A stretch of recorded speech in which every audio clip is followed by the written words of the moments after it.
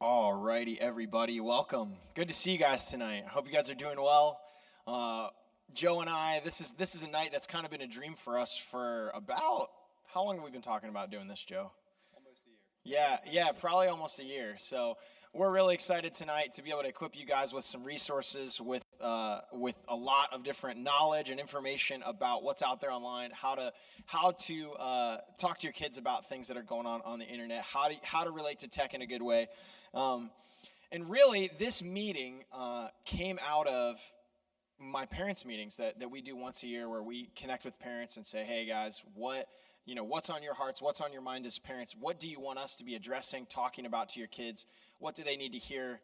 I often ask, "What do they need to hear me talk about?" And one of the concerns that I hear from parents consistently over and over again is, "Hey, I just don't know how to teach my kid how to relate to to this thing, right?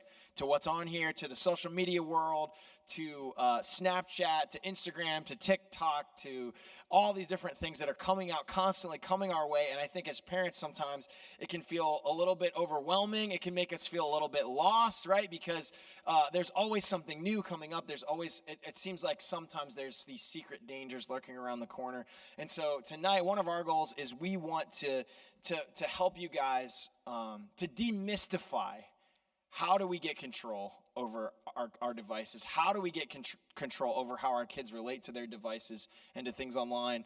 And so I thought we could start with a quick poll where you can interact with the folks around you, find 2 or 3 people around you, and here's our poll here.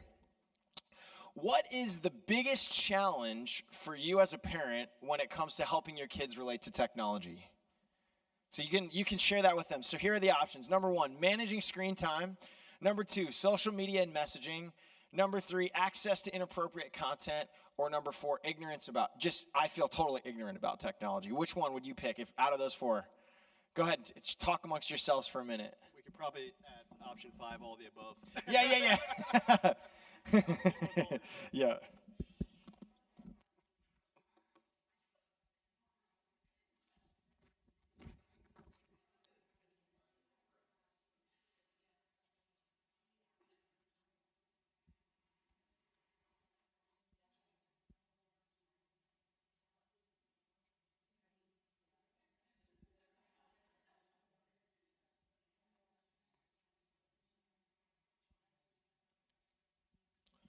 All right, what did you guys say? What's that? All 4? What was one that stood out to you? Just somebody yell it out. Number 1, managing screen time. Number 3, access to inappropriate content. What else? Who else? I'm just interested in what you guys, Number 4, just total ignorance about technology. I hear you. Hey guys, welcome. Come on in, grab a seat wherever.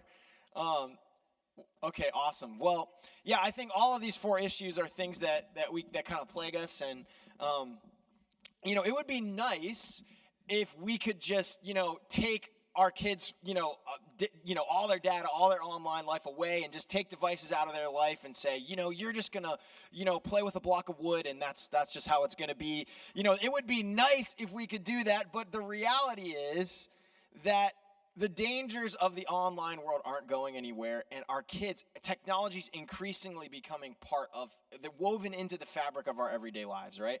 You guys know, how many of your kids have a Chromebook or a laptop for school? Raise your hand. Yeah, almost everybody. So your kids are interacting with a device almost every single day for their school.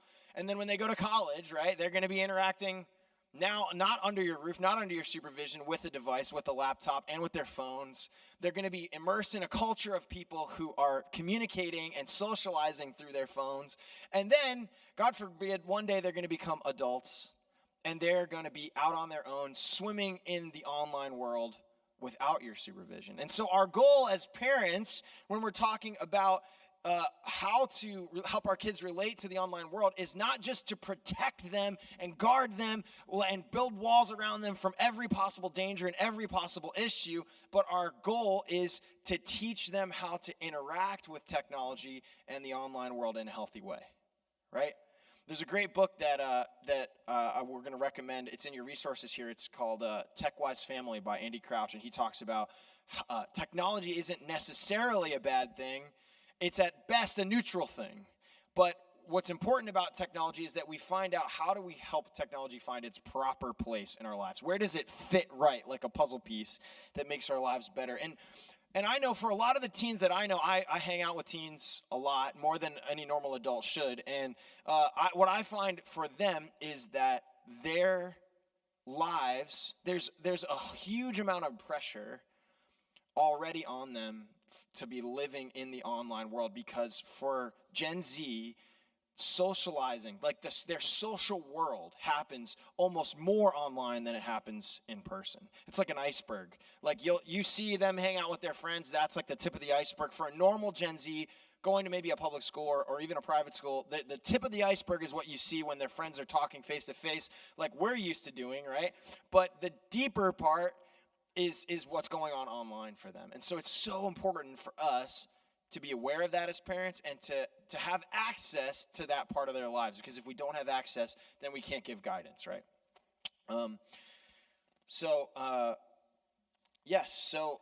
Let's keep going here. I like to think of it like this. Like, we have to teach them how to make responsible decisions, how to build healthy relationships, how to avoid destructive and addictive and dangerous content on the internet. Right? We have to teach them how to self-regulate those issues, not just for us to regulate them, and that's an important goal. You know, a lot of your kids, I like to think about it like this. A lot of your kids are swimming in an ocean of content, right? There are multi-billion, not million, right, dollar corporations like Facebook, now called Meta, because they're trying to draw us totally into the online virtual reality world, right? I don't know if you've heard about that. But there's multi-billion-dollar corporations that are, their bottom line is directly connected to whether they can hook you to continue to need to use your device for whatever they want you to use it for. Whether it's social validation on social media, whether it's body image validation on Snapchat or on Instagram, whether it's whatever it might be, those corporations, your kids are, every time they enter the online world, they're playing in a world that is run by very, very smart algorithms, very, very smart computers and CEOs and engineers and even philosophers who are trying to figure out how can we make a buck by drawing these kids into this content to make it more and more. I feel like addictive can be a strong word, but maybe it's not, right? It's very addictive because your child is the product. Right. They're selling what they do online to advertising companies to advertise to kids. So yeah, it is addictive, and your child is the product of them. Right. Nothing is free. That's right. what it comes down to. Yeah, absolutely. And so if we're not swimming in the ocean with them, right? If we're not diving into their online world, if we're not diving into those experiences that they're having, then that means that they're swimming in this ocean of content all alone, right? And that's not okay, right? We need to be in there with them so that they can learn how to swim in that world. So I just realized that I forgot to, for those of you who are new here, we want to welcome you. If you've never been to Encounter Church before, my name's Jake Ragsdale. I'm the youth pastor here. And Joe, do you want to introduce yourself? I'm Joe Rainier, a parent of 7, and I attend this church. A father of many young daughters, yes, too, yes. so it has a big stake in this conversation. I do.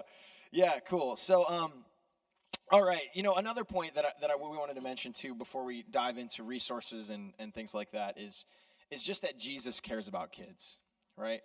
We're a church. We believe that God cares a lot about our kids. He cares about what happens to them. Jesus, one of the verses that really stuck out to us as we were preparing, Jesus says, whoever causes, this is in Mark 9, he says, whoever causes one of these little ones who believe in me to sin, it would be better for him if a great millstone were hung around his neck and he were thrown into the sea. Pretty intense.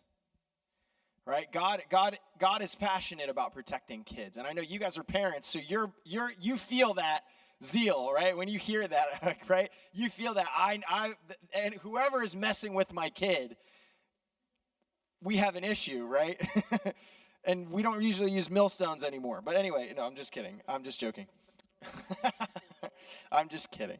But no, it is important that there's so much content online that is directed towards playing with our desires. And our kids are as soon as they get a device in their hand, they are stepping into that world that's designed to play at their desires.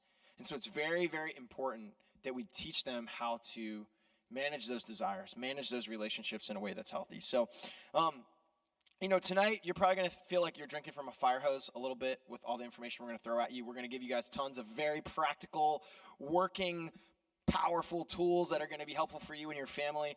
But we just want to let you know that tonight we want it to be a little bit of a conversation. We're going to have a little panel at the end for people to share. And that every family is different in the way that they handle technology, right? There isn't one surefire way. This is the way that you have to handle technology in your home. There's lots of different ways that are workable, and I think you'll see that as the night goes forward. And also, we're not going to cover everything. We're hoping to continue to do this where we can bring in resources and speakers to share with you guys. We hope that you guys will go and tell your friends about this event, because I think our whole community, right, Solanco School District, whatever private school you might be representing, parents need these resources. So we hope you'll share that. So everyone, you should have gotten a resource packet on your way in. And if you didn't get one, they're out on the table out there. You don't need to grab one right now, but you can grab it on your way out. And these have tons of information we're going to be going over tonight. So we're going to talk about different apps, different websites, different resources. There's nothing we're going to talk about tonight, almost nothing, that's not found in this packet. So don't feel like you need to take copious notes. And we got your emails on your way in, so then we can send you this. So these links, you don't have to type them all out in your website bar. You can actually click on them in the PDF or the email. So, yeah, so you guys got those. There's really three main things that we're going to cover tonight. So number one is this. What's out there? What sharks are your kids swimming with in the online world? And why is it so important for you to need to be involved with your kids online? Number two is providing you guys with the resources that you need to help monitor what's going on their devices and how to protect them from what's out there on their devices. And number three is this, discussing how do we have these conversations with our kids. So some of you might be here and you might be like, hey, I handed my kid a device when they were 6 years old and I never thought twice about it. And you might be like this kind of fluttery feeling you feel. If that's you tonight, we're going to talk about, hey, how do we have these conversations with our kids in a healthy way and build these boundaries in a way that actually builds trust. So, so that's our goals for tonight. So I think I'll pass it on to Joe, and we'll kick back and forth to talk about some of the dangers that are out there on the online world. So go ahead, Joe, take it away. All right, good evening, everyone. So just a quick thing on how this came about. I do have 7 children, 6 daughters. The oldest is 15. I'm going to do this one time because I'll forget it afterwards. The youngest 2 are 7, 10, 11, 13, 14, 15. I won't pass that test at the end because I was rehearsing it in my head. He memorized that. My son is one below the middle, so we do have 3 teenage daughters now, and there's no perfect parenting book out there. So you fumble through with the first one, and then you hope to make it better each one after that. So me and my wife never really discussed phones. We never really discussed technology. As the kids come up, it's like any other kids these days. They have tablets, they have computer time, they have smart TVs, YouTube, everything else out there. And it just kind of got to the point with our oldest 2 where they had phones, cell phones, and we started poking around and what are kids talking about, what's going on, looking at the apps, and we just kind of made the decision that, a lot of this stuff doesn't seem right. There's easy ways to hide it. There's easy ways to, get bullied. There's a lot of bad stuff out there. We started looking more into it, and we came across a few different apps, which we'll talk about in this. The Bark app is one of the big ones. And as we kind of went through the process, we started learning more and more about, monitoring and screen time and limits and things like that. So we're going to go through a couple things here. Like what are some dangers of technology? So there's very few studies on this, probably because the billion-dollar companies don't like the medical field to go in and look at negative effects of being on screens.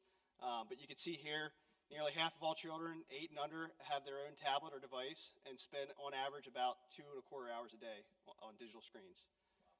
Children who spend more than 2 hours a day on the screen activities scored lower on language and thinking tests. Some children with more than 7 hours of a day of screen time experience thinning of the brain's cortex, the area of the brain related to critical thinking and reasoning. Excessive screen time may inhibit a child's ability to observe and experience the typical everyday activities that they need to engage with in order to learn about the world, leading to a kind of tunnel vision, which can be detrimental to overall development. So I've seen it in young kids where, that's the time where they need to play. They need to learn what's dangerous in the world and what's not, and you're there to kind of watch them and protect them. And some kids just, they never get to develop past that point because they're constantly on a tablet or on a phone. And like Jake said in the beginning, I want to reiterate, nobody's perfect. So we've all been there where it's like you just need a minute of peace. Take the tablet or turn the YouTube on and leave me alone for a half hour. It's very easy to do, but it's good to be conscious of what's out there and how that affects your children. So as you move on from 6 to 11 years old, too much screen time can be linked to obesity, irregular sleep, behavioral patterns, impaired academic performance, violence, less time for play. Children at this age can develop a gaming disorder or addiction to playing video games. Studies have shown video games can have similar effects on a child's brain as drug abuse or alcoholism. So that's kind of, it's the typical dopamine response. When they're playing video games, they're online with their friends, they're winning, they're losing. You get that reward, that deposit in the brain, and it can be addictive. For dangers for 12 to 18-year-olds, you can see there's a much larger list, and this is not all-inclusive. This is, the list was probably 2 pages long. This is just what I included on here. So, the subsets of social media, online peer pressure, sexting, antisocial behavior, online predators, catfishing children, developing an online persona, increased anxiety, body image issues, pornographic material, bullying, and with gaming, again, talking to strangers, anger issues, more bullying, lack of motivation, lack of sleep, potential exposure to violence, virtual reality. Jake had talked about the metaverse, online friends, lack of personal relationships. So a lot of this to me is, we talk about the enemy infiltrating our lives, and that's getting rid of these interpersonal relationships is the number one underlying thing of this. And I'm sure you see it with the youth. Yeah, for sure. Yeah. Who here you've never heard the word catfish before? To be catfished, catfishing. Okay, so to get catfished is when when someone this is a slang term that's popped up in the last couple of years, maybe like the last year or two. It means that somebody posts a picture, either A, that's not them at all, like it's a picture of a handsome 15-year-old boy online, hey, I think we go to the same middle school. What middle school do you go to? Oh, I go to Smith. Oh, I go to Smith too. Hey, what sports do you play?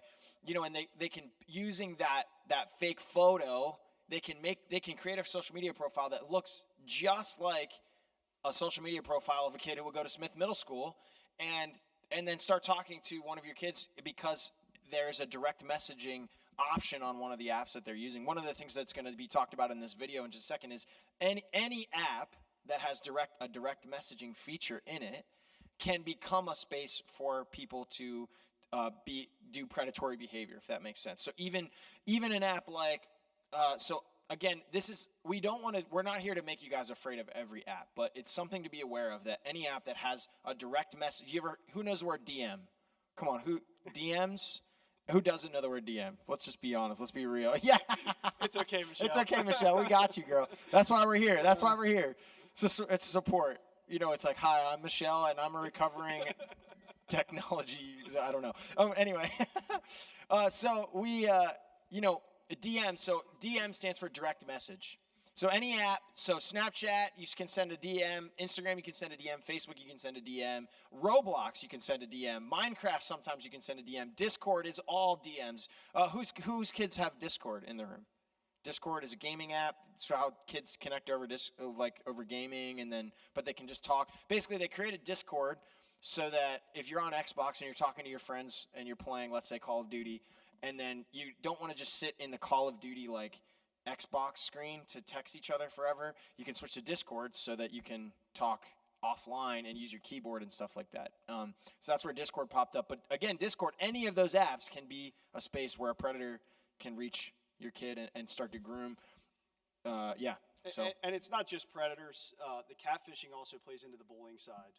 So teenage girls will pretend to be a male and get secrets out of a girl and then go and spread it all over the school, or pictures, things like that.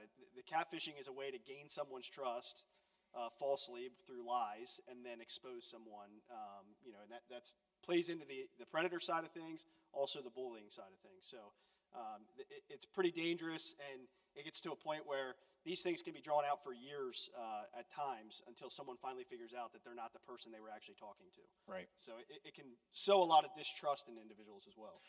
Yeah, for sure. I think another aspect of that's something to be concerned about here is just the way that kids relate to having an online persona, right? There's this person that exists as me online, and I'm constantly grooming that person. I'm constantly shaping that person, and like so. Here's a common thing that we might. I don't understand it, even being a millennial. So kids will post a picture on their Instagram or on their Facebook, and then they'll post a story on their Instagram that says, "Hey, go like my recent." Anyone ever seen that phrase? But go like my recent, go like my recent. And the reason they're doing that is because there's this feedback loop that Instagram creates it through likes and through commenting, because you get rewarded, you get more more people will see your stuff if more people like it, which makes you more popular in school. And then Snapchat does the same thing, that same feedback loop through what's called streaks. So streaks is this thing. Who's heard of streaks before? I just like seeing who knows what. It's kind of fun. So streaks is if I'm Snapchatting Joe, which Joe and we snap each other almost every day. Yeah. No, we don't. But if I'm Snapchatting Joe and we Snapchat each other 5 days in a row, then we have a 5. Our streaks are 5.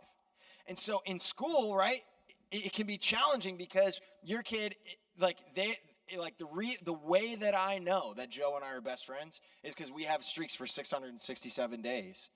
And so when we go on retreats, there's always inevitably a couple kids who are like, "Hey, can I just have my phone for like 5 minutes? Like, because I have 400 streaks with this person, and if I don't send them a picture of me going like this, then they're not gonna. Then it's like our friendship doesn't have the clout that it used to have, basically.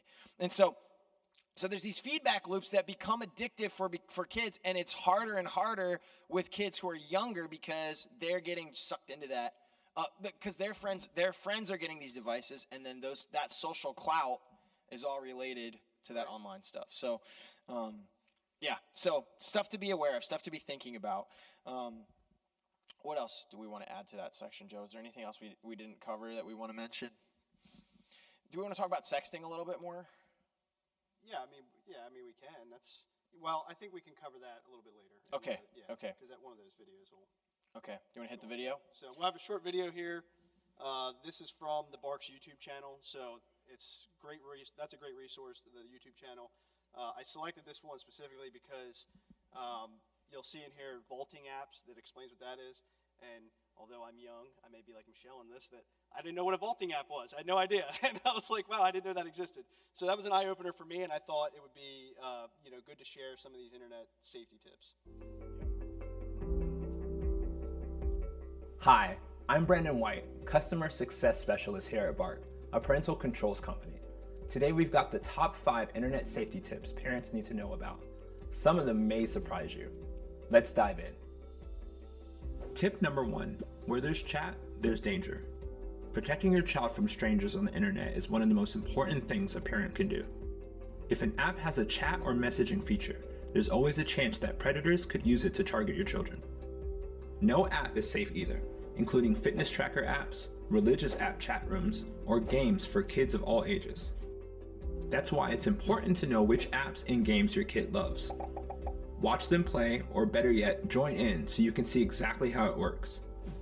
Also, make sure they know to tell you if anyone makes them feel uncomfortable, and not to ever give out personal information to someone they don't know in real life, no matter how nice they seem. Tip number 2, vault apps can hide things your kids don't want you to know about. Hidden or vault apps are apps that look completely harmless, but are actually used to hide pictures, messages, or even other apps. To make it even more secure, some vault apps require a passcode. Though there are many different kinds of vault apps, and they're constantly changing, one of the most popular ones looks like an ordinary calculator. If you're concerned your kid may have a vault app like this, pay attention if they have more than one calculator app on their phone. They could be hiding things they don't want you to know, or anyone to know for that matter. One way to help prevent vault apps is to use a parental control tool like Family Link, Apple Screen Time, or Bark to manage what types of apps your child can download. Tip number 3, private Instagram profiles aren't so private. You probably know that private Instagram accounts are a good idea for kids. But did you know that strangers can message your kids on Instagram even if their account is private? Talk about scary. Fortunately, you can make it so that strangers can't DM your child. Here's how to do it. On your kid's phone, open Instagram. Tap their profile photo in the lower right corner. Then, on the next screen, tap the 3 lines at the top right. Did you know that little icon is called a hamburger? A screen from the bottom will slide up. Tap Settings, which is the gear icon, then tap Privacy. Scroll down to Messages and tap into that. This is where you need to be. The message control screen. Tap Others on Instagram and then select Don't Receive Requests. That's it.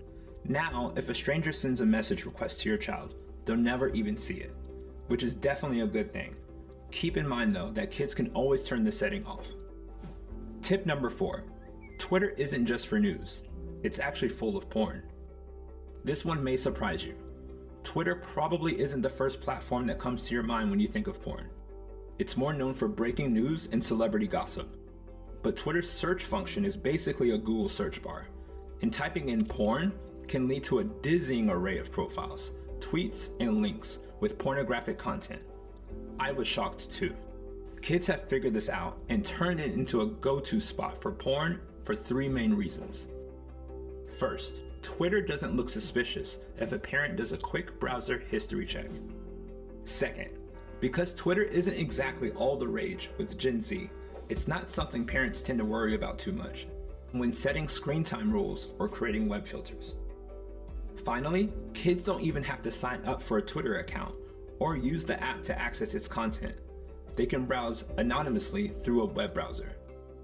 Like our advice with the Vault apps, we recommend blocking access to this app and website if it's something you're concerned about. Tip number 5, kids use Google Docs for more than just schoolwork. When we were kids, we did homework in paper notebooks. Today, kids use Google Docs, which is a collaborative digital file. But there are also chat rooms, social media, and even diaries. When you glance in your kid's room and you see them typing on a white screen, it could be an assignment, or it could be a real-time combo with classmates about Fortnite or Harry Styles. There are also dangers when kids use Google Docs for reasons other than book reports. Because kids can hang out in Google Docs and chat, bullying can and does happen. A lot. It's all too common for kids to harass and exclude others. Lastly, some kids may keep a private Google Doc and pour their hearts out into it, hiding feelings of depression, anxiety, and suicidal ideation that they don't want to share publicly. We hope this video has helped you learn about some of the more pressing internet safety issues facing families today. It's a big world out there, and we're here to help. Visit bark.us for more resources that can help you keep your kids safe online and in real life. All right. Well, again, with all this, I think our intent is not to make you feel this nefarious skepticism about everything that your kids might be doing online, but just to make you aware that these are things that you maybe want to watch out for, to be aware of, and to be constantly kind of watching. And so I think we're going to go on to our next section here. You can ask more questions if you'd like to about the things that we just went through, if you'd like, at the end. But let's talk about some resources that are really helpful for parents. So Joe is great in this, and he actually let me know about a number of different things that, as I investigated them further, these are the things we're going to tell you guys about here are some of the main things that are being used right now. They're probably like the premier top ways that you can be helping your kids in these areas. So before we dive into those resources themselves, I think this is really helpful. I watched a video by Sarah Kimmel, and her videos should be on the second page of your resource sheet. She has tons of amazing videos on all this different stuff that is going to cover way more than Joe and I have time to cover in this short 2 hours here. But she had a video on just how do I get started with parental controls for my kids, and she says there's a couple of things. And first off, there's two main ways that you can be protecting your kids. Different parental controls apps really fall into two categories. Number one is monitoring. Now, monitoring are apps that watch what's going on the screen, and then they capture it in some way, and they inform you about what it is. So if any of you guys, a number of folks in the room might be familiar with Covenant Eyes, right? It's often used for men and women both who have struggles with pornography. Covenant Eyes it uses a VPN to watch your phone. It takes a screenshot of whatever you're doing if it notices something sketchy, and it'll send it to your accountability partner. So this is doing the same thing with parental controls apps. So that's monitoring, and it gives you access to what is going on their phone, right? Now, the second thing that you can do is you can filter or restrict content. So monitoring tells you what is going on. Filtering or restricting parental controls prevent certain things from going on at all, if that makes sense. So when a kid's on a web browser, there's a content, you can, on your Apple screen time, you can block mature content and mature websites. So then as soon as they type in, like they might be just doing a normal Google search or going to a normal website, but if it has inappropriate content on it, then that filter is going to recognize that content, and it's going to say, hey, if you want to see this website, you're going to have to enter your parental controls passcode, and the kid's going to be like, dang. So they might have been something totally innocuous, but those are going to actually protect your kids from things coming in. Does that make sense, the distinction between those two? And while we're here, it's important to note that there's no one magic app. Right. We will recommend the best apps that are out there because you're talking about in-the-house home networking, you're talking about cell phones, different internet services, and that's why they have this layered approach that, you may not catch one thing here and there, but the idea is that if you cast a wide enough net, you're going to be able to catch it before it becomes a problem. Right. That's the number one thing to really just keep in mind. And when we go through these controls and talk about the different apps and ways to control things, just know that I don't know what I'm trying to say here, but that the more you have, the more you catch. The more you catch, really, right. is what it comes down to. Casting more nets. And you have to be intentional in what devices are out there, what devices your children have access to. Whether it's a smart TV, it may seem innocuous. Oh, they just have YouTube on that, but that may be connected to your private account or their private account, and they may be looking on things that's not linked to some of these devices. So. Right. Did you know most smart TVs have an internet browser that you can download onto them? So when no one's around, you can go on your smart TV and look up whatever you want, even though there's restrictions on your phone. And so that's actually a great segue. So there are two ways to protect, but then there's four primary layers of protection. Again, I give credit to Sarah Kimmel for this. Number one is within the app. So on my phone, down to the most granular level, I have apps on my phone. And those apps individually, a lot of them have parental controls. Like they just showed on Instagram. Instagram has very few parental controls, but it has some settings that you can mess with. So each app is going to have some built-in ways that parents can help their kids avoid negative content, right? So that's the most granular level. Now, zooming out a little bit from the app level, number two, you can have restrictions and filter and monitoring on the device level. So small inside the device, bigger on the device itself. And that's where the most of your meaty, powerful stuff is going to happen, is by restricting individual devices. And the big benefit of that is that you're going to be able to customize what you restrict to that device. So on my iPhone, there's a screen time app. There's a family sharing possibility that allows parental controls to go onto this device, so it protects the device. Okay, number three, zooming out a little bit more, my phone, in order to be able to connect to the internet, has to connect to the Wi-Fi router in this building, right? So it can connect to the internet. And then beyond that, number four, beyond the Wi-Fi router, if I'm away from home, then if I have parental controls on my Wi-Fi router, then I can leave home and go away, and I don't have parental controls now because I'm on a wireless network. But actually, wireless networks also have options for parental control. So we're going to cover all that. We're going to go layer by layer here and kind of help you guys. And just like Joe said, each layer is going to provide you with more protection than just having one and not the other, if that makes sense. So let's start with layer number one, in-app controls. The absolute best catch-all resource that we provide you guys is right on the front of this resource page. It's called Protect Young Eyes. Do you want to talk about Protect Young Eyes, Joe? Yeah, so I don't really know how we found that, but somebody... You found it. I had reached out to a nonprofit that kind of deals in this, and they had told me that a lot of the resources they get are from Protect Young Eyes. So I went onto the website, checked it out. The one thing that I really liked on there, and we'll show a short video of how to get to there and the resources, it does have a lot of tutorials on Bark, on screen time, on, it's a lot of stuff that I never went into, never thought about, never realized it. And it can be confusing the first time you do it. It's not super intuitive. They also have a app library, I guess you could say, and it breaks down all the apps and says, this is what it has. It has DM messaging. It's for social media. It's for gaming. This is the dangers of it. And it kind of plays into that Vault app ideology that they had up there for the Twitter or for the 5 internet tips, where if there's an app that you don't recognize, you can go to this site and say, hey, what does this app do, and how can it affect my kids? So yeah, it's an incredible resource. So basically any app you can think of. So check this out. We got this little video here. So here's what their home screen looks like. Now, under the parental control tab at the top, you click on apps, and look, it's got, so every one of these icons is an article on that app. So every one of those icons is going to tell you what parental controls are available in that app, what negative content. There's Snapchat, right? There's TikTok, there's Tinder, right? There's all these different things.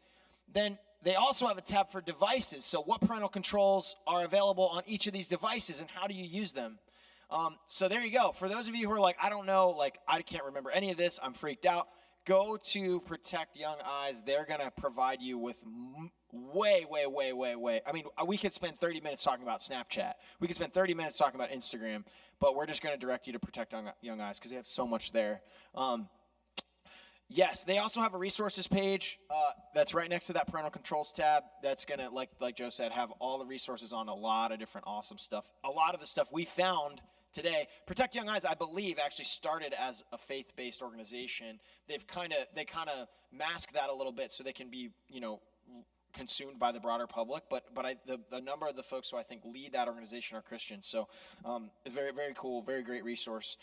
Their app, it's like a $3.99 a month subscription, but once you download it, you have access to all of these different lessons that they have. Like, it's like over 100 lessons to teach you. So if you're like, I just need to consume information about this and I need to get educated, download their app, pay $4, have it for a month, and every day watch one of those little lessons, while you're on your lunch break at work or something like that, and catch up with all this stuff. They also have a podcast and a blog, constantly amazing information coming out of there. So good stuff. All right, so we're not going to cover like any actual in-app parental controls because that would take forever. But if you need to find that stuff, you can find it on Protect Young Eyes. So, all right, let's move on to layer 2. So layer number 2 is on-device controls. And there's really 3 main ones that we want to tell you about. The first one is Bark, which is an amazing app for monitoring. And then the second 2 are Apple Screen Time and Google Family Link. And Apple Screen Time is going to be associated for those of you who have Apple devices for blue text bubbles. Where are my blue text bubbles at?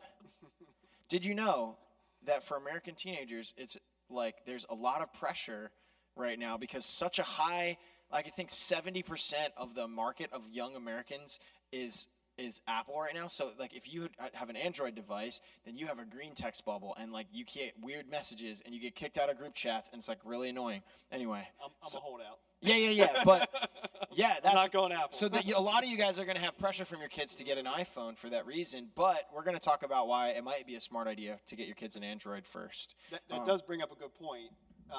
Everyone in my family has Apple, except for me. I have Google, an Android device. So there are compatibility issues sometimes when it comes to the Apple family share. And we'll talk about that a little bit later on. But that's one thing to keep in mind. Yeah. All right, let's dive into Bark. So the Bark app is what my family uses. It offers multiple products to help monitor your household's internet activity. So for us, we have Bark Premium. When we first got the app, that was like 2 years ago, 3 years ago. They didn't have quite as much as what they have now. Now they have a ton of resources on their website. They have a home router system. They have Bark-O-Matic, which will fully customize your monitoring for you. You can go on there and tell them what devices you have in your home. You add your email accounts and your passwords, and it kind of automatically covers it. Bark Junior is for the younger children that are on like Disney Plus or YouTube. It has less. I guess it's less intrusive than the Bark Premium, and it also costs less because there's not as much to monitor as far as messaging and things like that to the higher level. Right. So essentially what it does, after you set it up, which is very easy to do on YouTube, I went on and looked up how to do it. We provided those links for you in there. Right. There's like their whole YouTube playlist if you need it. So for Apple, you have to connect it to the computer. It does its magic, backs the phone up into the Bark system. And then if something comes up, it will screenshot that chat and it'll send it to you. Bark recognizes slang, so there was we had a video. One of the videos I watched talked about KMS, which is kill myself. So a lot of people wouldn't know that. I didn't know what that meant. You kind of have to read between the lines. Well, Bark picks that up, and then at the top it says KMS means kill myself. So if your child is having suicidal thoughts, it will flag it as that as well. So when you go down and look at the alerts, you can set the sensitivity. It's very customizable. So if you want high sensitivity, it'll pick up every little tiny slang that's out there, and it'll say, hey, inappropriate language or suicidal thoughts or their violence, things like that. So when it breaks it down, it doesn't show you your child's full conversation. So to me, I feel more comfortable with that. It's not like you have to go take your child's phone and read through all of their private conversations. It's pulling out the things in there that could be dangerous. You certainly can go back and look and see what kind of context it's put in, and we've done that before. But it definitely sends you at least an idea of what's being said in those conversations. Mm-hmm. So we have a quick video on this that we'll play. This is good.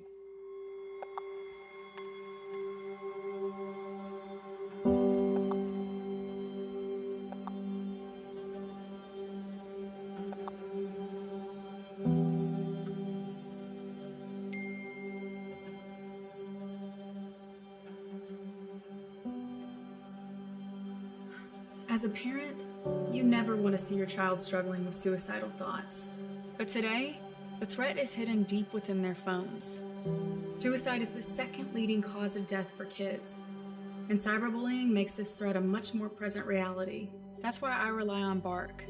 Built by parents, for parents, Bark's award-winning dashboard monitors text messages, emails, and over 30 different apps and platforms for potential safety concerns. When Bark detects a digital danger, I receive automatic alerts so that I can deal with problems as they arise, while still respecting my son's privacy by not having to read through every single message. Bark even delivers research-backed recommendations on dealing with the issue. This helps me and my son work together, trust each other, and build a deeper bond. The screen time management and web filtering tools help me set healthy limits on how and when my kids use their devices. Plus, their data is always protected and private, giving me further peace of mind. To date, Bark has helped protect millions of children while detecting tens of thousands of severe self-harm situations. We spend so much every month just trying to keep ourselves entertained. But I find real value by investing in my son's wellness and safety. Bark brings us closer together. Hey, can we talk? Okay.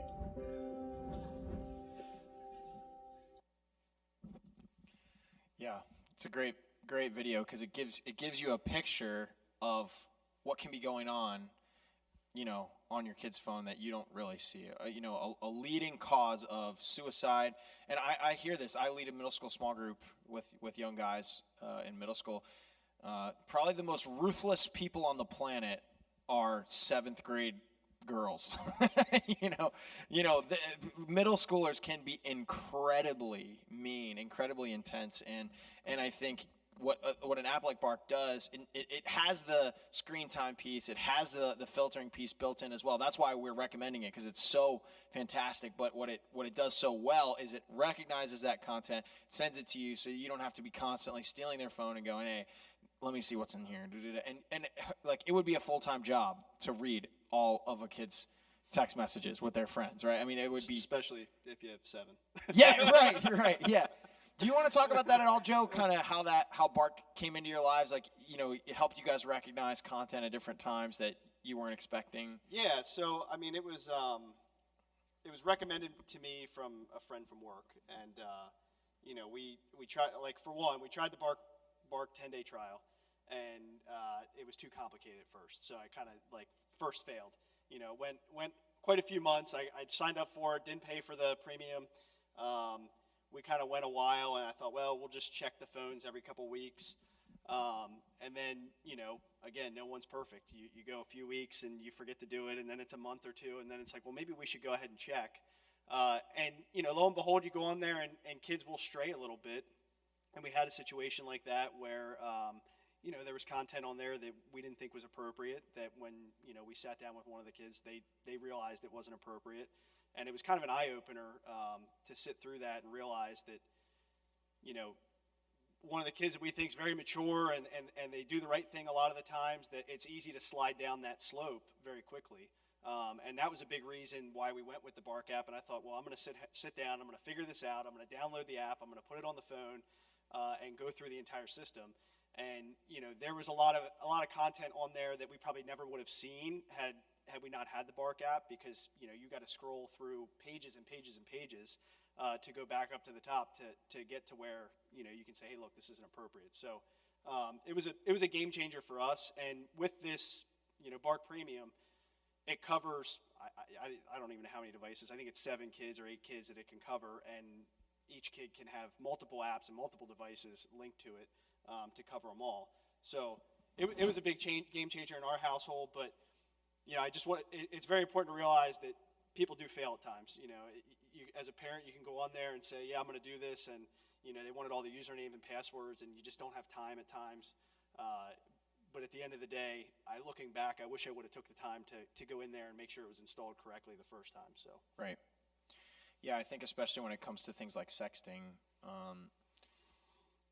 it's hard to know what pressures kids are experiencing at school sometimes, and you might not know it. They might make a friend, let's say you have a girl in your house, a girl might make a friend with a guy, and it's pretty common. It's like as common today, it maybe not as common, but it's pretty common for there's a term, sliding into somebody's DMs, and what that means is you're kind of going in there to try to get something, basically.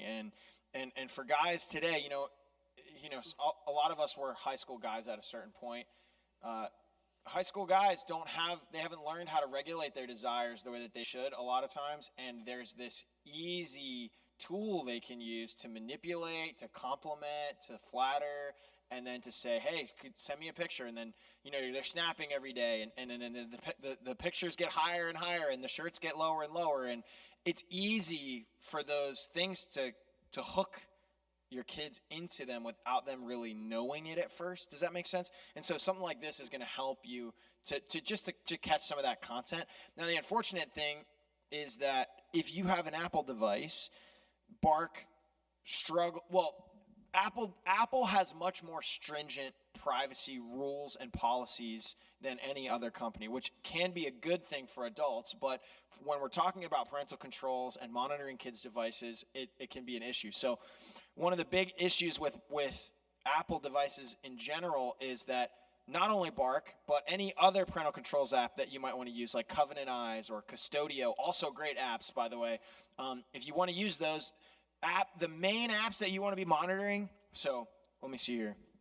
Got a list. Instagram, Snapchat, TikTok, Discord, and web browsing. Because of the way Apple has stringent policies, it doesn't allow apps that are using VPNs to spy on what's going on inside of any of those apps. So so if you have an Apple device, there's a couple different things that you can do to try to lock up that content, but overall, it's nearly impossible on an iPhone to see what your kid is snapping on a Snapchat to somebody else, or DMing in Instagram, which is just about the same as Snapchat. It's a photo that you can send, and then it disappears and it deletes forever. Not on the internet, not in internet terms, but in your terms, it deletes forever, and you never know what they sent. So if you're struggling with that, I have that somewhere here. Let me try to find it. There's really 3 things you can do. Number 1, you can try to monitor these apps manually by just doing like a steal and check kind of a system, which is great for your relationship with your kids. They love that. But you have to note, Snapchats and DMs, a lot of them disappear after a certain amount of time.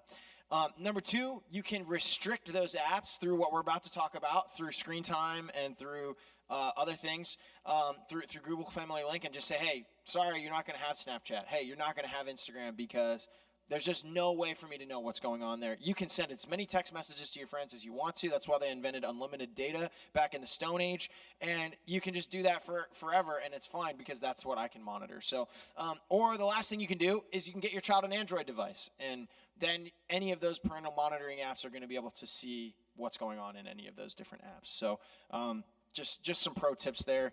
So on that, we do have a little bit of homework for everyone tonight. We don't have an hour and 20 minutes to watch a YouTube video. But in your resources packet at the bottom, Childhood 2.0 is a documentary that Bark it's on the first page. Created. It's on the first page down at the bottom. I watched that whole documentary, and realizing what kids are going through now compared to what my childhood was kind of an eye-opener. I didn't have a smartphone until I was like 17, 18 maybe. A lot of kids these days have it much younger. Right. But to Jake's point, they talk about in there how they interview certain groups of children, starting with preteens the whole way up to college, girls and boys. And one of the common themes in there is where especially middle school and high school kids will be on Snapchat, and the boys will be talking to them, and they think they're friends, they like them. And they'll ask for, naked pictures. And if they don't send them, they threaten them with, well, I'll tell the whole school that we slept together. So you can either send them or I'm going to tell the whole school that. And it puts kids into this box of, what do? I can't, if I don't send it to them, then they're going to tell everybody this. If I do send it to them, they're going to leak these pictures.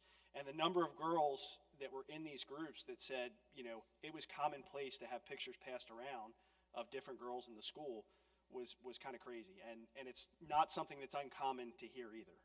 So it's just something to keep in mind. I mean, personally, in our household, we don't allow social media with the exception of Visco is like a picture posting social media, and we do monitor that. We go on and look at the pictures that they're posting and things like that. But if it's something you're allowing, like Jake said, it's just something you have to be a little bit more mindful of to keep an eye on. Right. Okay. Let's show this video real quick. It tells you a little bit more about Bark and just gives you an idea of how these apps actually work. All of the things when it comes to technology, right? The devices, all the different apps, your child's messages, and we all could use a little bit of help in that realm. Hi, I'm Betsy from Protect Young Eyes, and today I want to share with you about Bark. We talk a lot about Bark over at Protect Young Eyes, and we feel like it's just a phenomenal tool for parents in order to help them protect their kids. So this is my first time ever using Bark. I've never used it before today. So I'm going to show you just how easy it is to connect your child's devices to it. Plus, I'm going to do a test run just to show you what happens when Bark detects something that might be questionable on your child's device. Keep watching this video and you can learn a lot more about this wonderful tool. To get started with Bark, I went to their website and I downloaded it onto my MacBook. I believe that you actually don't need to use a computer if you are using it with an Android device, but for iPhones and iPads, you're going to need that.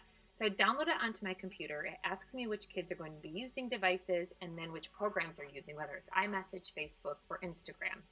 From there, Bark had me connect the device that I want to have monitored, and I don't know what magic it's using, but somehow it's putting itself into the iPad so it can monitor what is happening over there. One thing I wanted to do was to test this through iMessage and more focused on that mental health side of things, so I sent out a few test texts from the iPad, posing as my daughter. And as you can see here, there they are. And interestingly, you can see where it says, I've been thinking about KMS. I had heard that Bark can test for text slang and had learned KMS stood for killing myself. And I wanted to test that out and see if it really did catch that. And sure enough, I got an alert from my phone because I also have the Bark app, and this is what came up. And it actually did catch those text messages that I had sent myself posing as my daughter. And if you prefer to have alerts sent to you through email, Bark can actually send you an email instead to alert you of any potential issues. And you can see that I also got that sent to my inbox right there. One thing I should mention is that you can actually set your level of alerts with Bark. So if you feel like you're getting all these alerts and it's about things you're like, well, that really wasn't a concern and that wasn't a concern, you can actually go in and customize the degree of potential issues you would like Bark to scan for. So definitely something that you can customize for you and your family. And if you're still not sure, the great thing is that you can try Bark out for free for 7 days. You really can't lose. All you need to do is just click the link in the description, send you over to their website, and it'll get you started on your free trial, and you can start monitoring your kids' devices today.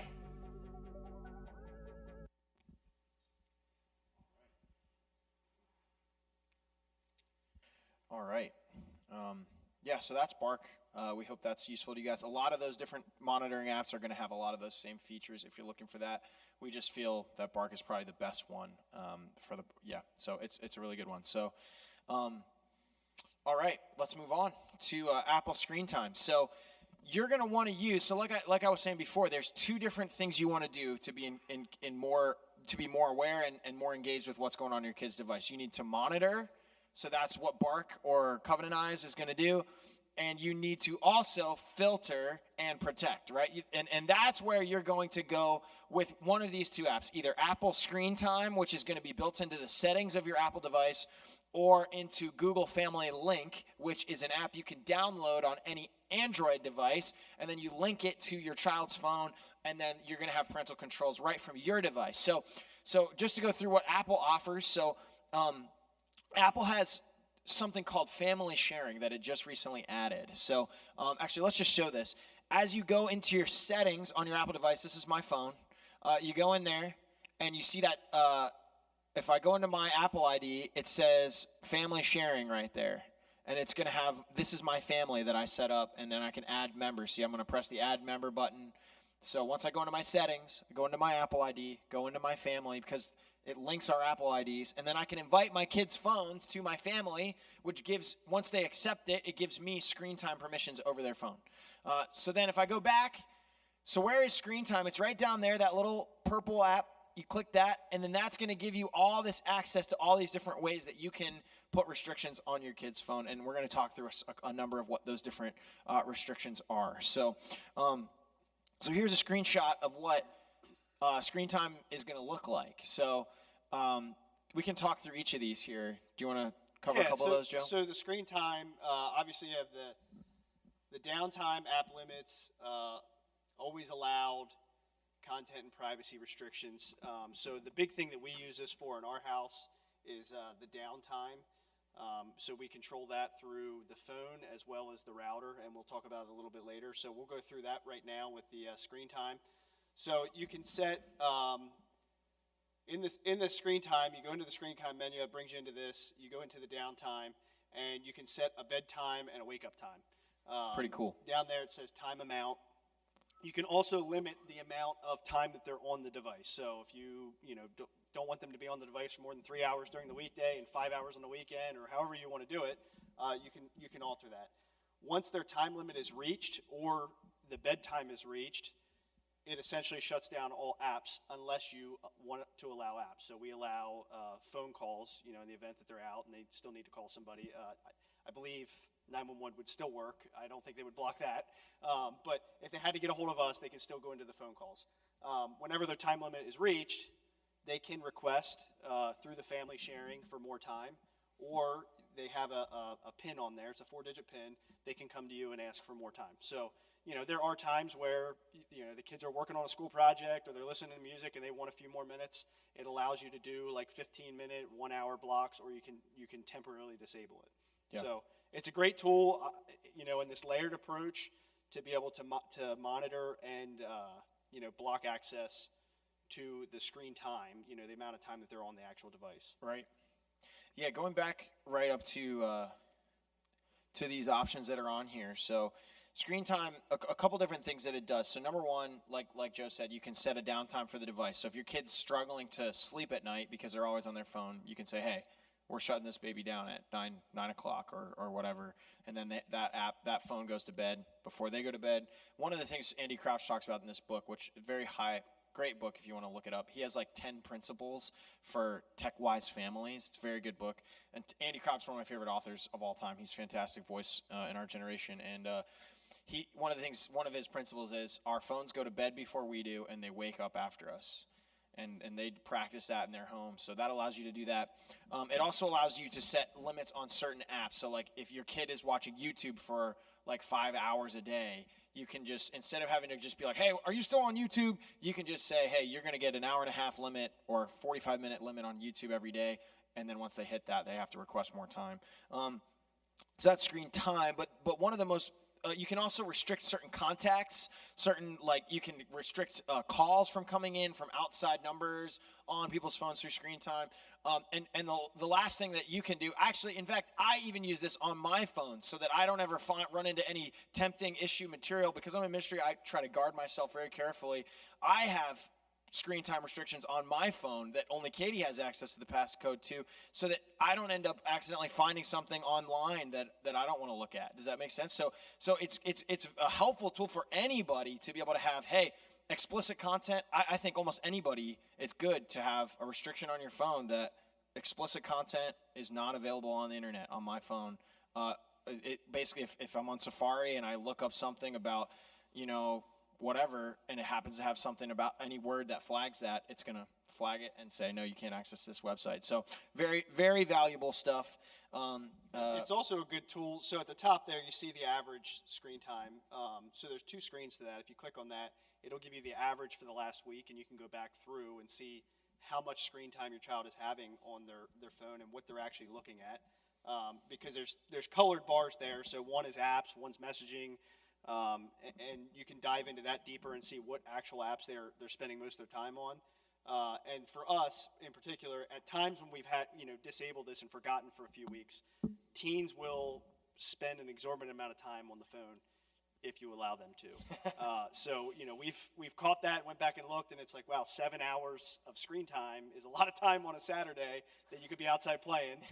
So it's one of those things that you can always go back and just look and kind of just keep an eye on what they're actually looking at. Are they browsing the web? Are they just listening to music? Are they on YouTube all day, as Jake said? So that's a good resource to use at the top there.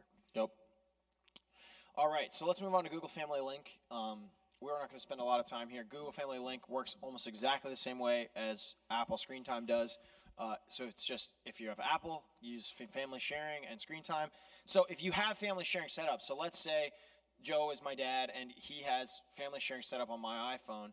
He can access this in his family sharing area in settings. He can access my screen time from his phone. That's the benefit of having family sharing set up on your phone. Same with Google Family Link. If you have a child phone that's linked to your family sharing plan, then you can control their screen time from your phone. Now, if you don't want to go through all that, which is really not that much to go through, then you can just access the screen time on the device just by setting up the pin on there and then going into the settings and accessing it that way, if that makes sense. Another thing I wanted to mention, I forgot to mention with Apple is, I don't know that any of you here might be facing this issue, but if you have a child, so one of the issues with Bark on iPhone is that the way Bark works with an iPhone, with Android, it's a VPN that I believe that has access to everything in the phone in real time. But on an iPhone, the way Bark gets around Apple security is every time your kid comes home, their phone checks up with the home base of Bark on your home computer, and it backs up all the data, and then it reviews all that data and then sends you all the alerts. But if your kid is deleting that information, that sketchy text message or that sketchy picture off of their phone before they get home, it's not going to go into that backup. So if you're, I don't know that any of this applies to any of you here, but if you're watching this and you have a student who's, really struggling with suicide, really struggling with drugs or something very serious, you can actually set up screen or text message mirroring where you set up the same Apple ID. If you know what an Apple ID is, it's like your email you enter into your iPhone when you get a new iPhone. And then you're like, I don't know my password. I forgot this 10 years ago. That's your Apple ID.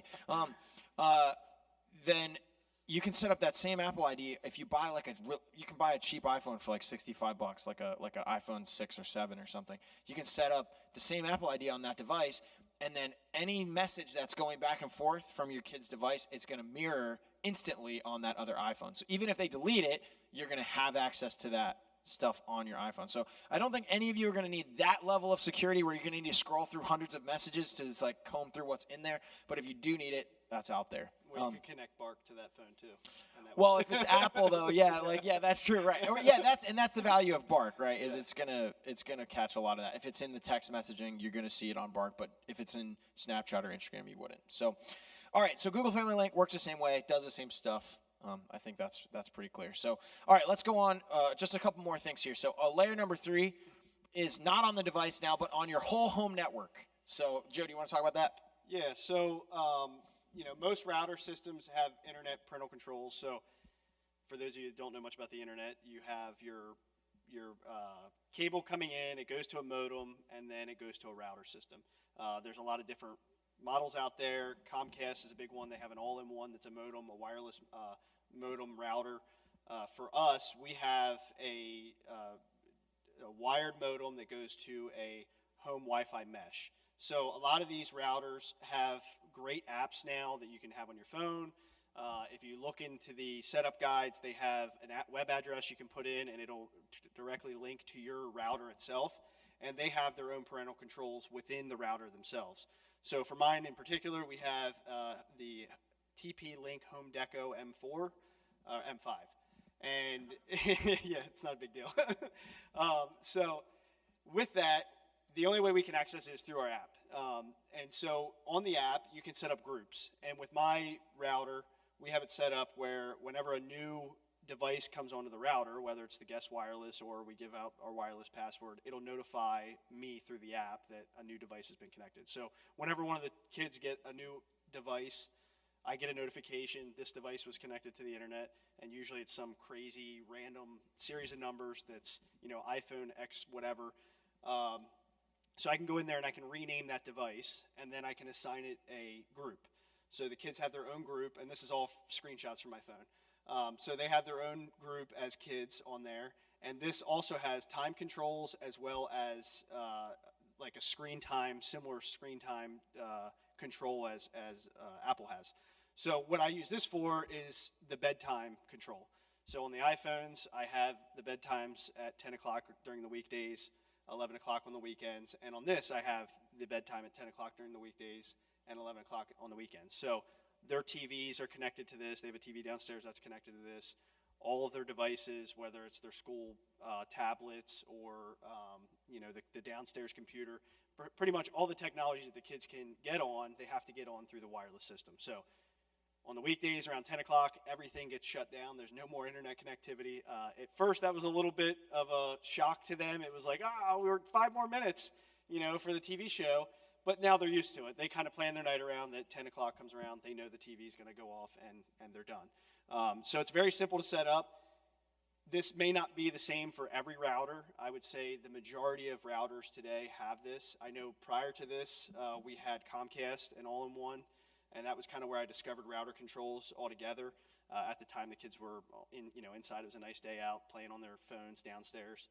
And I had told Rochelle, hey, I figured this out. You can turn the internet off from my phone. So I turned the internet off, and they never even came upstairs. It was like 30 seconds. They walked right outside and started playing. And I was like, it's like magic. Turn it off, turn it on. So when we got a new router, I looked right into that immediately and was like, wow, they do have a parental control. So what I would recommend is you look up whatever router system you have and you can just Google parental controls for it, and they should have a list on there how to get to their parental controls. Yeah. There is a really cool router called the Griffin router that is like it's more advanced in that area. Protect Young Eyes, if you look on their resources page, you can find more about it. That thing has a lot more extensive content filtering, not just time filtering, but content filtering as well. So if you're interested in something like that for your at-home router, that's a great option as well. So, all right, let's go on to layer 4, wireless provider control. So again, we're not going to spend a lot of time here. It's very similar to your at-home wired controls or wireless controls in your home with your router. You can also set up wireless controls. So when your kids aren't at home, most wireless providers are going to have an app that you can download, which allows you to install parental controls, so that anything that's happening on the internet through that device, it's going to catch no matter what it is. So that can be really helpful as well. So yeah, so if you have Verizon, if you have AT&T, you can reach out to them. You can search online, and you should be able to find some kind of app that's going to work with your wireless as well as your wired or your devices in your home. So, so just before we move on from that, we just want to reiterate that it's great to get one of these layers in place, but it's very important that you have maybe at least 2 of them, because it's going to help you protect your kids that much more when when you have maybe an app is going to miss something, or maybe you're not going to see something. You're going to have multiple layers. Like Joe said, you're not going to catch everything, you're not going to do everything perfectly, but you're going to have a lot better chance of the fish not swimming through a little hole in the net if you have multiple nets. Does that make sense? So that can be really helpful as well. Yeah, and one thing I just want to say is, we talk about Bark, and that has a price tag to it, and a new router has a price tag to it. A lot of this stuff, if you have Apple Screen Time or Google Family Link, and you go in and you find the parental settings on your router, that's a huge step in and of itself. That's a great point. You don't have to go out and, spend the next week trying to protect all of your devices and get everything in place and spend all sorts of money and time on it. Baby steps in going in and seeing what parental apps you have already, in your house, and how to add them on and how to control them and actually be able to monitor them. So yeah. Before we move on as well, just there are like we've said, we're just covering the bare minimum of what some of the best, like this is the greatest hits of what's out there. But if you're interested in more information on these things, definitely check out Protect Young Eyes. Definitely check out Sarah Kimmel's YouTube channel. We gave you all those links in there. Definitely, we really encourage everyone here. We wish we could, next time we do this, we're just going to all sit down and watch that Bark documentary, because it's so incredibly good. I didn't get through the whole thing, but I've watched about the first hour of it. And even for me, swimming in the youth culture, it's still eye-opening for me to realize, what kids are experiencing. And I think for a lot of you guys, let me say this, a lot of our kids in our church, being in the southern end, the culture's a little bit different. And not only that, but a lot of kids in our church might be private schooled or might be exposed to these things. But the reality is they're probably going to be exposed to them, but they're just going to be exposed to them later. Does that make sense? It's not necessarily a matter of, if they're going to be exposed to some of this stuff. It's a matter of when they're going to be exposed to it. And so it's important that you have these conversations. Another book that we put into the resources here that Nilda recommended to me is this book called Good Pictures, Bad Pictures. Some of you may have heard of it. It's a book that's actually teaching parents how to talk to their young kids about if they encounter something inappropriate online. So, if you see something that makes you feel uncomfortable, or you just have that feeling inside that this is not right, we're going to make a plan together what you're going to do. You're going to close the device, you're going to come talk to me, and we're going to handle it in this way. So this book's going to walk you through that.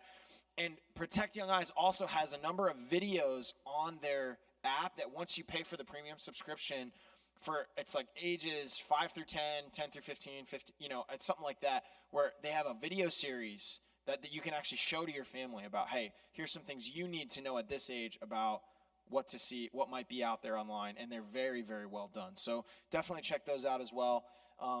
And like Joe said, a lot of this stuff is free. Protect Young Eyes, all that content is free on their website. Some of it you have to pay for, but Apple Screen Time is totally free. Google Family Link is totally free. Your router is totally free. What your wireless company provides you is totally free. So that's a good place to start. So, all right. Well, that wraps up our resources section. Was that helpful to you guys? How, on a scale of 1 to 10, hold up, was that overwhelming or was that good? 10 being very overwhelming. Good? Okay, cool. Good. All right. Everyone just went like this for those of you on the live stream. So, all right. So we want to close tonight by having a little bit more of a conversation around this. So I've selected a couple panelists out of our church, some folks, partly because I want you guys to see that different families handle these things well, but they also handle them differently, and that's okay. But before we dive into that, there's two things I just want to emphasize. Number one, if there's something that you've taken away from tonight, we want you to take away that it is imperative that you have access to this area of your kids' lives until you feel that they can be trusted with it totally on their own the way an adult would. If there's any messages, any areas that your kid is like, you can't see this is not for you to see, then that means like I said, they're swimming alone in an ocean that's full of sharks, and that's not cool as a parent. But the secondary piece of that is that in order to gain access to that area of their life that maybe that they've had a wall there, they've had a boundary where they've been able to live totally independently. In order to build that access, you don't want to just break down that wall with force and power, and then your kid's going to want to rebel and fight you. You don't want to build that rebellion into your kid. You want to build a relationship of trust when it comes to these issues. And for some of us in the room, your kids are young. You're going to be able to build that trust from a very young age all the way up, and they're going to understand my parents are in control of the devices, and that's how it is, right? What do you say, Joe? You say technology is not a privilege, it's a right, right? Yeah. Do you want to talk any more about that? Technology is not a right. Yeah, sorry. Wow, my Got bad. it backwards. But yes, that's a huge thing in our house that we emphasize that, at any point in time, that can be taken away. We give it to the kids, and it is something, it's a great tool, and I think Jake said that in the beginning. It's, it can be one of the greatest things and one of the worst things, and it's just trying to find that neutral ground that they use it responsibly. So, yeah. Yep. Yeah, so let's talk about that. How do we build trust with our kids? How do we parent them in this area and build those boundaries? So if you're a panelist, would you come on up, grab a seat here on our lovely panelist stage? I was thinking about making like cool little placards for you guys, but each one would just say mom and dad on them. Like, that's my title, like, because that's an honorable title in itself. So, all right. And do we need to tweak our live stream camera at all to catch them? Okay, so live stream folks, hopefully you guys are able to see them. Panelists, just so you know, anything you say that isn't said into a microphone, anybody who's on the live stream won't hear it. So make sure you have a mic. You can pass them back and forth. We'll keep both of the mics hot for the panel, so you can pass them around. All right, so let's get started with our first question for the evening. Let me see here. Where are my questions? All right, first question is as follows.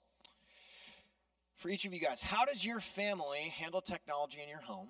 So maybe what are some of the boundaries you have? What are some of the rules you have in your home with regard to things like, when do your kids get devices? How do they gain access to devices? Do you have any screen time rules in your house? And access to social media? Those are some ideas you can talk about. Joe, do you want to get started since you've been talking, and then maybe we can go to Mike, and then we can go down to the ladies? Yeah, that's fine. So some of the rules in our house, we allow phones at 13. That's generally the age, as long as they're responsible at that age, or we feel that they're responsible at that age. That's the general rule. 13 years old. We don't allow social media on any of the devices. We do limit as best we can the younger kids. So the schools, gave them tablets. So it can be a struggle when they're responsible for charging them overnight, and so that's a constant struggle to try to make sure that they're off the devices as much as they can. And then the YouTube channel, or the YouTube, is linked to mine. So I have that history of what they're watching and when they're watching it on my phone. And as I said in some of these slides before, one of the big things for us is limiting the amount of screen time to 3 hours during the week, and I believe we go up to 4 on the weekends. So that's all kind of automatically set, and they can have access to the internet at 6 a.m. So when they get up and get ready for school, they're allowed to listen to music. And then weekdays it's 10 o'clock, and weekends it's 11 o'clock, and that's across the board. That's the home computer, that's the TV, that's their phones. It gets limited there. So I hope that helps. So our house is I would say, an Apple-based house. Everything that we have is iOS. We control everything with screen time. We limit our kids, I think, to 2 hours with the ability to gain more time when things around the house get done. Because I can tell you 6 times a day I'm getting requests for, Dad, I need more time. Well, what did you do to get more time? So we kind of have that system going. One big rule that, it is not, my kids are not a fan of it. We do not allow any technology in bedrooms. Our bedrooms the kids' bedrooms are on the second floor. There's too much. At some point, well, your kids may be already smarter than you with technology. And if they're not, they will be. I work in cybersecurity, that's my job. My kids are going to be smarter than me at some point. So we just don't let them have it in their rooms. No computers, no cell phones, no tablets, nothing. And that goes for kids spending the night, which we don't get a lot of kids spending the night anymore because the phones get charged on the kitchen counter and they just don't get touched. And again, no social media. As much as our daughters are very upset about that, we just see the attacks to them, just through conversations, and we're like, once it's on social media, it's really there forever, no matter if you delete your accounts or not. And then also the YouTube, we full into using my YouTube account. While I was looking at some of this stuff for prepping for tonight, I noticed that Apple has YouTube rated at 17 and older. So if your child has a YouTube app on their phone, I mean, they basically could be watching almost R-rated movies. And so you just need to be aware of that. So. Ours is very similar to what you guys were saying also, so I don't really want to repeat everything they said. One thing we do is our kids get their devices when they are in middle school. Me and my husband both grew up in a private school, so going to public school, I did not know, especially for our first 2, we didn't know how this was going to look and what we were going to face and all these things because we were very protected in a private school, me and my husband. We were in for our kids had a really good experience so far. Our Jackson, which is our 3rd, will be going into middle school next year, and he will be receiving a phone with no other, he can only text and no other apps as far as just, we want that. I feel in a public school, it's just feels safe to me when he has something with him. And yeah, so that was something very new to us to give our kids a phone that young. But if it's for texting me or for certain things, he's allowed to have it at school. I don't want, it's very similar to what they're saying. Our kids, there's like a little table that every night before they go to bed, even before that, that they need to, no phones in the bedroom, no in the basement. They sleep in the basement, so they may not take their phones in the basement. Now, every once in a while, if my girl wants to work out, she'll ask and just make sure all doors are open. It's free access to anybody coming down. So they are very aware their phones that's off limits, and there is consequences if we see them in bedrooms and in closed doors. Yeah, so ours is very similar also. We have our charging stations that in a central location. Our family, we have not given our children phones until they're 16 and driving. So that is still the case, although we changed our home phone over to an iPhone, and it has kind of become their phone, even though it stays at home.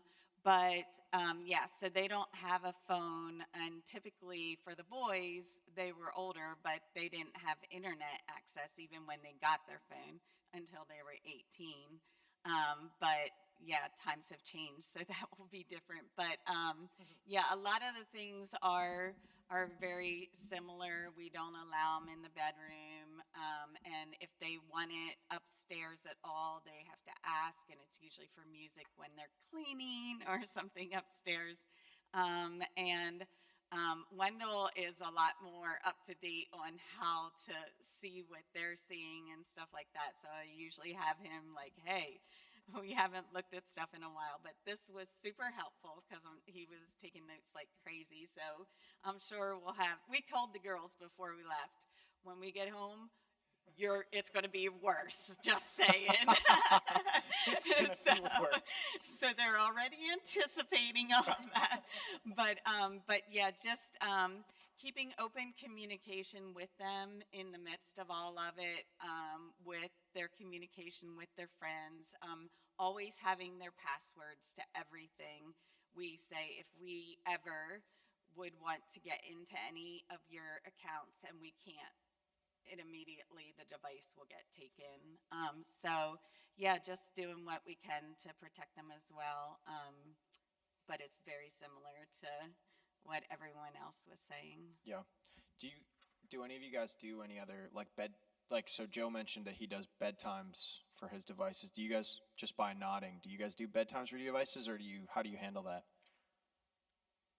I mean, Bedtimes. we don't have a set time until they go to bed. Like when they go to bed, They don't come to rooms with them, basically. No, in their rooms. Yeah. No. Gotcha. It's like, yeah. So that seems to be a best practice for those of you who are wondering, man, why? So you guys might not know this, but especially for most kids are talking through the night. They're texting in group chats, and then if one kid sends a group message at 12:30, and then another kid wakes up, and then they start sending group messages, that can really spiral for kids, and they can lose a lot of sleep that way. That's a big, struggle that a lot of parents have. So that's a good reason to say, hey, phones are going to go to bed before we go to bed. Another thing I thought of, I'm just going to add stuff as I think of it that I wanted to mention tonight. A great way to restrict at least an iPhone, and I think you can do this on Google phones as well, is to just restrict downloading apps like through Screen Time or Google Family Link. You could just go in there and say, hey, anytime you want to download an app, you have to get approval for that, because then it just makes sure that there's nothing. All of that stuff is going past you. You can get on Protect Young Eyes. You can vet that app. You can look up the article on it. You can try to find out more about it, what's available on it, what is it really. And then I would say anybody who's here, you should do that. It's a really good idea to do that. Now, okay, so another question for you guys. So to maybe some folks who are watching this or some folks in our audience, they might be like, oh my goodness, that is so much more strict than we've ever been with devices before in our lives. My kids are sleeping with their phone every night. They're not sleeping. My kids, we've never had parental controls on their device. If there's a parent watching that, and now it's time for them to have that boundaries conversation about technology and about their device, what advice would you give to parents about how to have that technology talk with their kids? And what would that conversation look like for families if this is a new thing in their home? So, what advice would you give to have that conversation and to build that trust in a healthy way? You want to get started? I can get started. Okay. I did have some notes down here that I put up on the screen. So a big thing for us when we decided to, I guess when our eyes kind of got open to this, we did have a conversation amongst me and Rochelle about what expectations we wanted to see from this, and kind of developed a plan of how we would go about it with the Bark app and the bedtimes and things like that. And then we did have conversations with the kids. That's probably the most important thing, is that you ask them what they think is acceptable. So one of the things I didn't mention was, even though they get a phone at 13, we don't allow texting members of the other sex until 15. Like they can text their girlfriends, that's no problem. But we don't feel comfortable with that right away. And even then, any age limit that we put on, that always comes with if you're responsible. If you're not responsible with it, it might be 18. It could be whenever we decide that you're responsible, but you can look for around 15.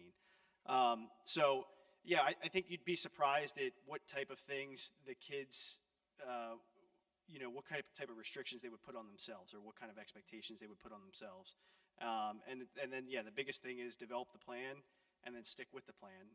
And like I said before, no one's perfect. We slip up quite a few times a year. It's like, oh, we didn't, make them bring their phones to the charging station at 10 o'clock. Now we got to go say something to them. Or we didn't check it this week. We got to check it twice, on a Wednesday instead of a Sunday. So, just keeping up with it. It can get daunting at times, but, it's important to do. So. Yeah, for us, it started with us moving to the area. And so we were building a house, and we basically, we all had young kids at one point, and we all know what it's like when we say, hey, to a 3-year-old, it's time to go. They have a meltdown, they start screaming, and so, you had that conversation, hey, in 10 minutes, we're going to get ready. And so you start prepping them for that. So we were prepping our kids for 6 months, saying these are going to be the ground rules when we move into our new house, because it's going to be laid out differently. So they knew it was coming.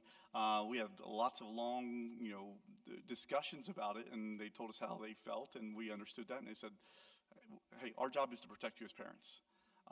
You don't know what's out there. We do. And it's our job as a parent to protect you from that.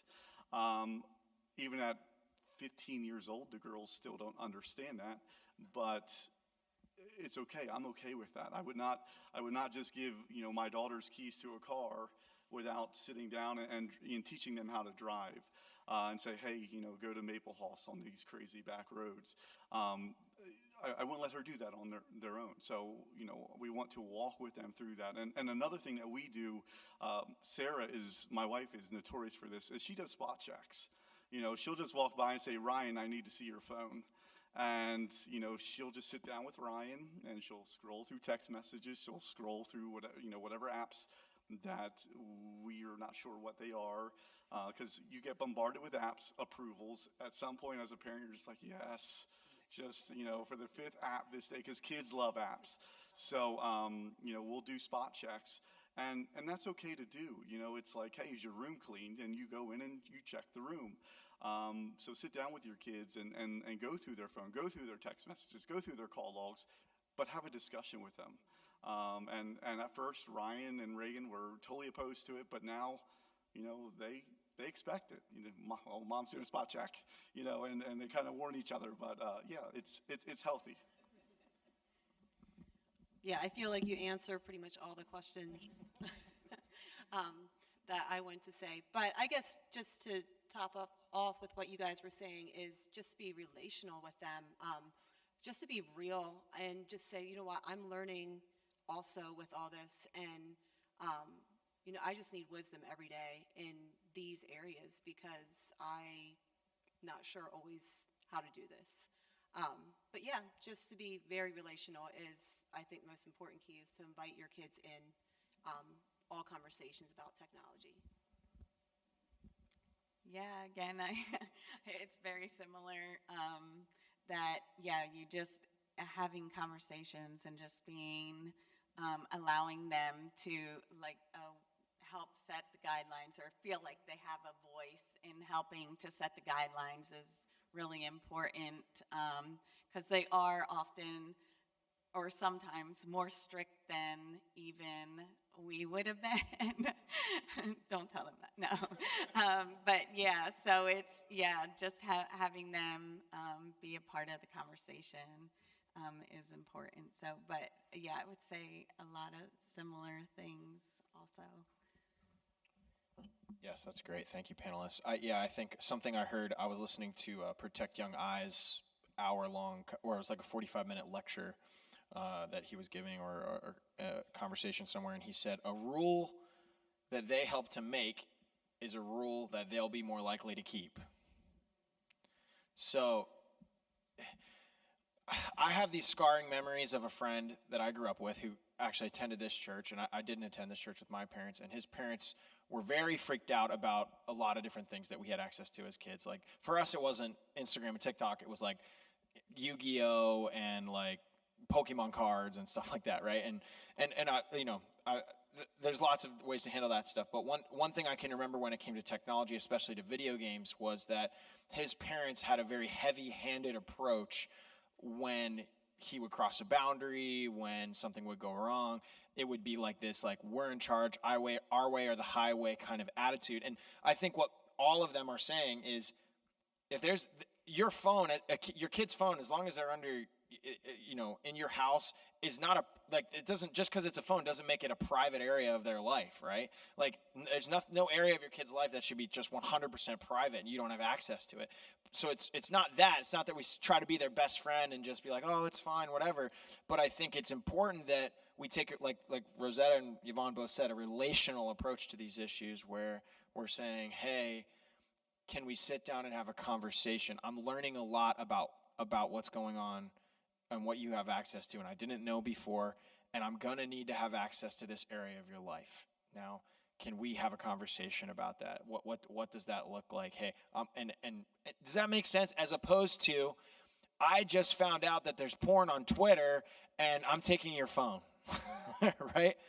That conversation is gonna go very differently than, hey, I just learned that Twitter has a lot of bad stuff on it, and I think we're going to need to restrict that. Like, can we talk about it? And you might already know what the outcome of that conversation is, regardless of what they say, but the approach means a lot. And that's why we gave you guys all flyers to Grace-Based Parenting. No, I'm just kidding. It's coming up next weekend. Don't miss that as well. But, okay, next question for our panelists here. Almost got some feedback there. How have you used technology to help with monitoring and controlling access on your kids' devices? Like, what tech stuff do you guys use in your homes to do that? Maybe Yvonne's looking at Wendell. Wendell's back there. Yeah. Verbatim, she'll read it. We're going to let them. You guys want to go first? Well, I know we use Net Nanny. Is there anything else? Okay, so yeah, we've used that for years, is Net Nanny, and it does give reports and everything like that as well, and blocks things. Sometimes blocks things I'm trying to search too, so it can be annoying, but but so far that's worked well for us. We do Covenant Eyes, and is there something else that I should be saying? Okay. Everybody hear that? Apple restrictions. Sorry, he should be up here maybe saying this, but yeah. I think everybody kind of knows what I do, but one thing I wanted to kind of point out, because this is kind of funny, I do most of the monitoring. Frequently Rochelle's like, go check the phones or go look at the report. And that works. I mean, obviously that's kind of how it goes a little bit. So it is nice to have one parent kind of take on that responsibility, at least for some of it, and kind of be an expert in it. So. Yeah, for us, we use screen time, and again, there's a lot of different controls you can set in there. And if you're in the family plan, husbands, if you're set up as the family owner, you can actually lock your wife out as well. So you really have some fun with that. Yes, block Amazon app. But yeah, with screen time, one of the things that I found was good, because our kids just are. Music is really big in my kids' lives, and they'll jump on some random station, and all of a sudden you'll just start hearing certain words coming through, and I'm like, hey, what is that? With Apple Music or with Screen Time, you can actually go in and make sure all the music is clean and set those types of settings, which was a shock to my kids, because they're like, wait a minute, that's not what that song said there. So that was a good find. But again, and on music, one of the things, I don't know if we talked about it or not, but with our kids keeping technology out of the rooms and on the counters, we invested in Bluetooth speakers for the kids, and each of them have the Bluetooth speakers in their rooms, because music is a big thing in their lives. And so they'll go down and they'll set up their music for the night and send it up to their room in the speaker, and they're good to go.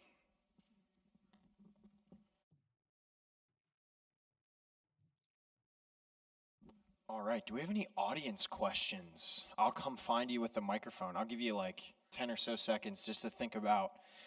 If you're on the live stream, you can send it via our live chat. No, I'm just kidding. I wish we were that legit. Maybe someday.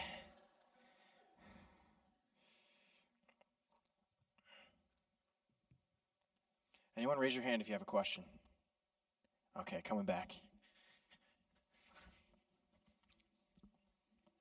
Handsome gentleman in the blue pullover. I was going to ask my wife a tough question, but I'll refrain. So, Joe, I had a question on the screen time. So the biggest challenge for us is screen time. It feels like you're nagging nonstop. So and because everything is driven at school through their Chromebooks. So, and I was seeing, I think how you set something up through Bark. So does Bark allow, in other words, I want to allow them to do their school time, and that can flex. I want them to allow them to do time, like, oh, I'm reading my Bible. Sure you are. Maybe you are. I hope so. But what is that when you keep jumping over to the chat all the time? So can it control silos of time? You know what I'm saying? Like, is there a way to do that? That's the struggle, because they're like, they can say they're on it all the time, but it's like, oh, I'm just doing schoolwork. Really? Right. So. And we have that problem with music. Like Mike said, they'll say, well, I want more time for music. In the screen time app on Apple, you can specifically select certain apps or restrict certain apps in different time spans. The big thing that we use, like the router for, is the cutoff time of the internet. The older kids, they may stay up a little bit after 10 o'clock, but 10 o'clock, all devices are off. So to that specific question for like schools, the school stuff, they don't have a time limit for the younger kids on their tablets necessarily for the amount of screen time, because it's a school tablet, so they may need it more or less, but they do have that restriction that it shuts off at a certain time. But I agree with you. Some of this stuff, and just so people know, it can get overwhelming at times, and it can be like, it's driving me crazy. I'm getting these notifications, or I'm constantly trying to put the pin in and give them another hour. But I feel like that kind of goes in waves. Even with our big family, it kind of goes in waves where, all of a sudden they want a ton of time, and maybe that takes a readjustment of the plan. That's sometimes what it is. Yeah, I like that insight that Joe gave there, that it's possible to have a school device and a fun device as well. Like, fun is on your iPad, and your iPad is set for a 2-hour screen time limit, that kind of thing. That's another way you can handle that. All right, another audience question. Yes, all right, coming your way. All right. So with the Bark app, if I have an Apple phone and my kids have an Android, does that work together? Great question. Yes, that would work together. So it would send you download the app on your phone, and it can send you emails, and it can send the notifications to your app. So you would open the app and see whatever notifications are on their phone, and then they would have the app on their phone as well, and that would be locked out. Yeah, another note with that, Google Family Link, if you have an iPhone but your kid has an Android, you can use Google Family Link. You can download it on your iPhone and control their Android device. But if you have an Android and your kid has an iPhone, there's no point in using Google Family Link, because you should be using screen time on their iPhone. Does that make sense? So you're not going to be able to have the family sharing iPhone to iPhone, but you will be able to use a PIN code to control their stuff. Also, note on your resources page, second page, in Sarah's videos, there's one video in here, 20 ways your kids are getting around your parental controls. If you're having an issue with that, there's videos that I found online everywhere that are like, hey guys, like, if your parents installed this on your phone, like, this is what you can do, and it'll glitch out the app, and then it'll switch, and you go like to the clock, and then the calculator, and you press 626, and then like 666, and then you just, and then it works, and it's like, what? How does that? And it's like crazy stuff like that kids figure out. So it's helpful. She covers a lot of those different ones in that video, so she's a great resource for that stuff. And again, Bark's going to catch some of that stuff as well. So, all right, I think we have time for one more audience question here. Oh, you guys want to share? Unless you have a really pressing one. So I have a 15-year-old who is not allowed on social media, but when she is, Joe, question is for you. Will you just come into my house and do all this stuff? That does bring up a good point. I and Mike have volunteered that if anybody needs help with any of this, just get a hold of us. You can come to church on Sundays, ask us after church. I have no problems with helping anybody out with adding, apps to their phone, or going over like what router they have and trying to help them find the parental controls for that. So I used Bark. I did like the free trial. Do you find, I was annoyed by it. probably because I had everything scrolled over, and so like he sent a text that said something about dumb, and it sent me a thing, and it was like bullying, um, and it was like he was just saying that's dumb, but also I was getting the notifications like 12 hours later. Like it wasn't instant, like she showed on that video. So do you get instant? Because I was like, if it's a suicidal thing, you might not have 12 hours. Like I want it to be instant like that. For us, it kind of just depends. I have had them instant. We've had times where the backup didn't work for the iPhone, and I didn't realize it for like a week, and then I backed it up, and then I had 600 notifications, and I'm scrolling through them all. And even with that, you can filter to severe, and just look at the severe ones in that situation. But I understand what you're saying. It definitely can be with me. The trouble I have with Bark, it takes up a lot of space for the iPhone, so I had to put that on my storage for my home network storage, because it was like 500 gigabytes, because it keeps updating and backing up the Apple phone. So it's not a perfect app by any means, and yeah, there are times where a message goes out and it's instant, and there's times where it has to run through its cycle, especially for the iPhones, because it's backing up the entire iPhone every time that it's sending. Okay. Do we have any final thoughts from any of our panelists? Anything you just came to mind? You'd just like to say it before we're done? I would just, as we're sitting here talking all of this, there's not a perfect solution for your house, or for all houses. It's going to be different for each of you. And, hey, as parents, we're all in this together. So don't be afraid. Don't feel shame that you don't know what to do. We're here to help. Reach out, and we'll work together as a team and see if we can help you. Yeah, that's good. Yeah, just the last thing for me is that realize this is just kind of the tip of the iceberg for parenting with technology. Jake and I had talked, that we would like to do this maybe once a year with a little bit of refreshers, or going into farther things. Like I know there's another app, Life 360, that'll help you track your child's location, or when they start driving, you can tell how fast they're going. So there's far more to it, and I'm not even at that driving stage yet, so there's probably even more that I don't know about going into that. But just realize that we do have a team here. We are willing to help people out. People don't have to feel like they're alone. They can reach out to me or Jake or Mike or John, and is also willing to help out with computers. So don't be afraid to reach out. I guess one last thing that I want to say is a saying that keeps coming to my mind the last year or so is that I read was, you don't need to keep your kids from the big bad world, but equip them. And I think our role as parents is to really equip them, no matter if you're in a public school, a private school, or you homeschool. They're going to be faced with it, just a matter of age, and maybe depends what you do with schooling, but that's not always the case either. So that's one saying I keep on thinking, and you know what, we all need Jesus in it, and he's our guide. Yeah, I agree with everything that everyone was saying, and for us, what's been kind of cool for us is that we're not in this by ourselves. Like in the times when the kids were getting into things that they maybe shouldn't have been, is the times that God brought to mind to check their phone. And when we saw things on their phone that, and it didn't necessarily mean also for us, we didn't always confront everything we saw. We just prayed about it. Because some of the things, it didn't necessarily seem like it would have been beneficial to bring it up and to confront them on it. Just knowing that, you're not in it alone either. With God helps you out to find things when your kids are getting into things, and you don't have to worry all the time about it, because it will be the truth will be revealed at some point. Right. That's good. All right. Can we give a big hand for our panelists? Thank them. Thank you, guys. You can take a seat.